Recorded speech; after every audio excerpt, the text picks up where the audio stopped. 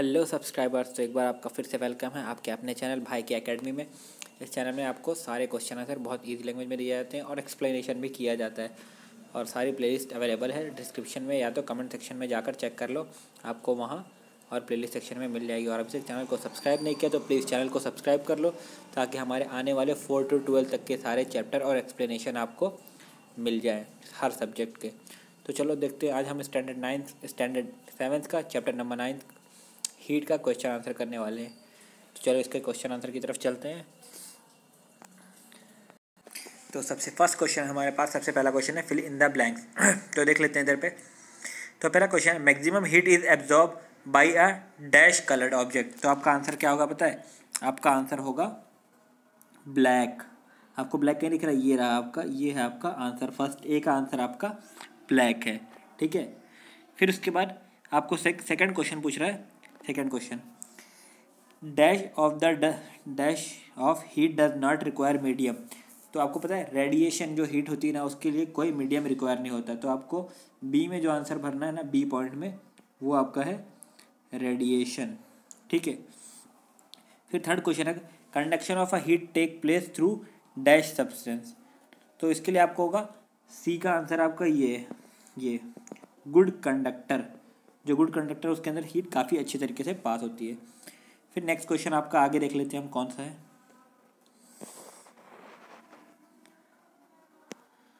फिर question number D है आपका। क्वेश्चन नंबर डी आपका है the shining surface in a thermos flask decrease the outgoing by heat. क्या होता है, किस वजह से होता है? तो आपको मालूम होना चाहिए। रिफ्लेक्शन की वजह से क्या होता है? आपका शाइनिंग सब्सटेंस का जो थर्मस का होता है ना, वो रिफ्लेक्ट कर देती है। तो उसका आंसर क्या है? आपका डी का आंसर है रिफ्लेक्शन, ठीक है। फिर ई है आपका क्वेश्चन नंबर ई, जो है cooking utensil to made from metal due to their property of, कि मतलब जो यूटेंसिल यूज़ करते हैं वो किस प्रॉपर्टी से यूज़ करते हैं? तो डी का आपका आंसर है इसका ई का आपका आंसर है कंडक्शन। ये ना, ये आप देख लो, कंडक्शन आपको दिख रहा है ना, ये आपका ई का आंसर है कंडक्शन। फिर एफ का आंसर है the earth receive heat from the sun by. तो अब सन से अर्थ तक आने के लिए कोई मीडियम तो है नहीं, क्योंकि आपको पता है ऊपर हवा भी खत्म हो जाती है। तो आपको क्या आंसर होगा? रेडिएशन। जहाँ पर कोई चीज़ काम नहीं करती, वहाँ पर क्या काम करता है? रेडिएशन। तो रेडिएशन के थ्रू आपका रेडिएशन 2 बार आ रहा है, समझ, इसलिए कंफ्यूज मत होना, ठीक। फिर चलते हैं अपने नेक्स्ट क्वेश्चन की तरफ। नेक्स्ट क्वेश्चन है व्हाट विल एब्जॉर्ब हीट। इसमें से हीट कौन कौन एब्जॉर्ब करता है? तो चलो देख लेते हैं इसका आंसर। तो ये है आपका answer, all of the above will take up the heat depend on if it is a good conductor और bad conductor. Metal object such as a steel spoon and iron griddle good conductor of heat and they will be not water in moderately good conductor and hence it will take up heat slowly and become hot. Wooden board, wooden spoon and plastic plate are bad conductor of heat and will not become hot। जैसे कि आपको wooden चीज़ है, ये लोग absorb नहीं करेंगी, ये आपका उसका आंसर है। But catch fire, glass vessel, glass and soil are also bad conductor of heat and they may crack on heating. Wax is a bad conductor of heat but after taking up the heat it will melt. तो ये आपका first का answer है। फिर second में देख लेते हैं आपका नेक्स्ट क्वेश्चन। फिर क्वेश्चन है write the answer to the following. How does to fever get lowered by putting a cold compress on the forehead of patient. कि जब किसी पेशेंट को अगर आप गीली पट्टी रखते हैं उसके सर पे, उसके फीवर रहता है, तो फीवर क्यों कम हो जाता है? तो चलो आंसर देख लेते हैं उसका। तो ये है answer, a cold compress absorb some heat from the patient forehead. वो पेशेंट के फोरहेड से हीट एब्जॉर्ब कर लेता है, हाँ, as a water slowly evaporate from the cloth and lower the body temperature. तो ये आपका आंसर हो गया। फिर नेक्स्ट आंसर आपका कि why are the houses in Rajasthan painted white. In a Rajasthan atmospheric temperature is very high in summer.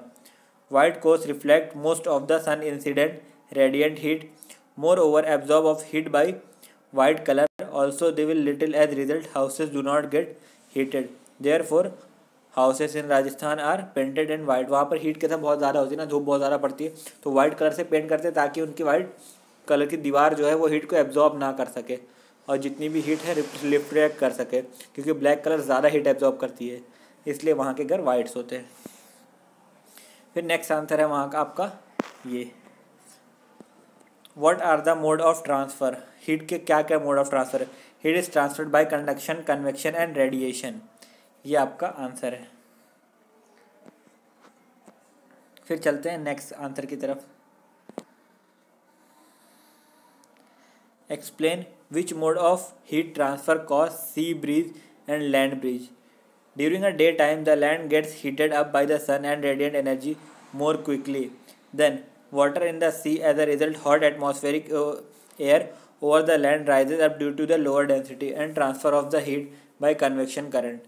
धीरे धीरे क्या होता है, जब पानी गर्म होता है तो कन्वेक्शन करंट के थ्रू एवोपरेट होने लगता है और वो हीट होने लगता है। The relative cold air with higher pressure from the sea blow toward land which is called sea bridge.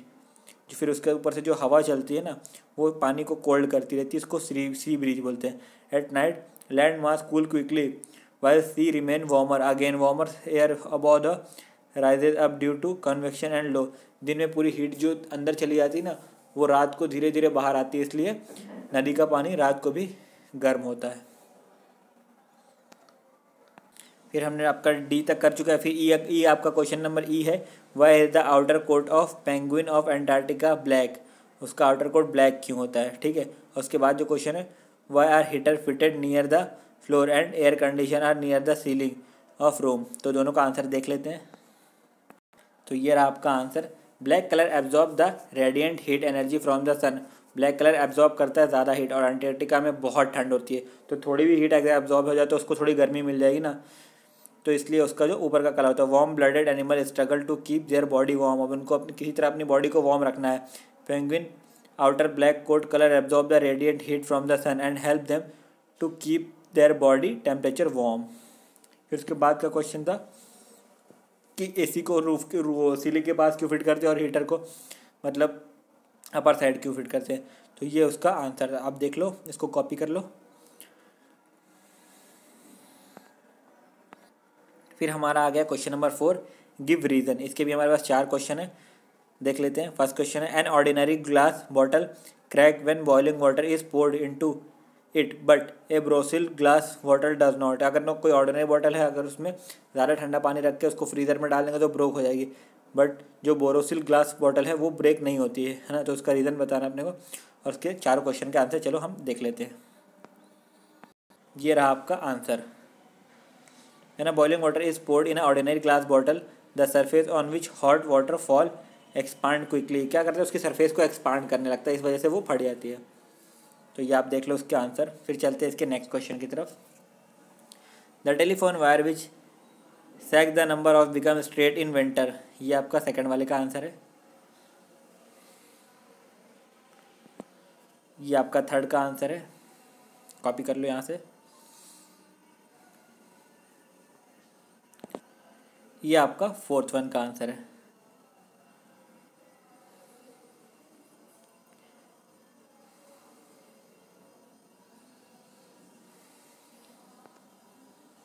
तो आपका चैप्टर हो चुका है कंप्लीट।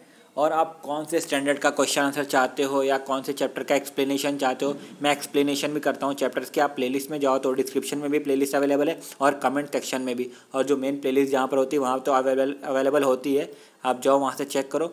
और जो भी 4 to 12 जो भी चैप्टर का आपको क्वेश्चन आंसर, मैथ्स हुआ, साइंस हुआ, मतलब हिस्ट्री, ज्योग्राफी, कुछ भी चाहिए या उसका एक्सप्लेनेशन चाहिए तो मैंने ऑलरेडी एक्सप्लेनेशन बनाकर डाले हैं, जाओ वहाँ से और फटाफट अच्छे से देखो। और हाँ, चैनल को सब्सक्राइब नहीं किया तो प्लीज़ चैनल को सब्सक्राइब करो, ताकि जो लेटेस्ट जो मैं बताने वाला हूँ स्टडी हैक्स और ट्रिक्स वो आपको सबसे पहले मालूम पड़े।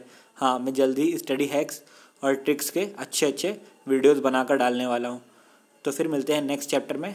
नेक्स्ट चैप्टर आपका चैप्टर नंबर 10 होगा।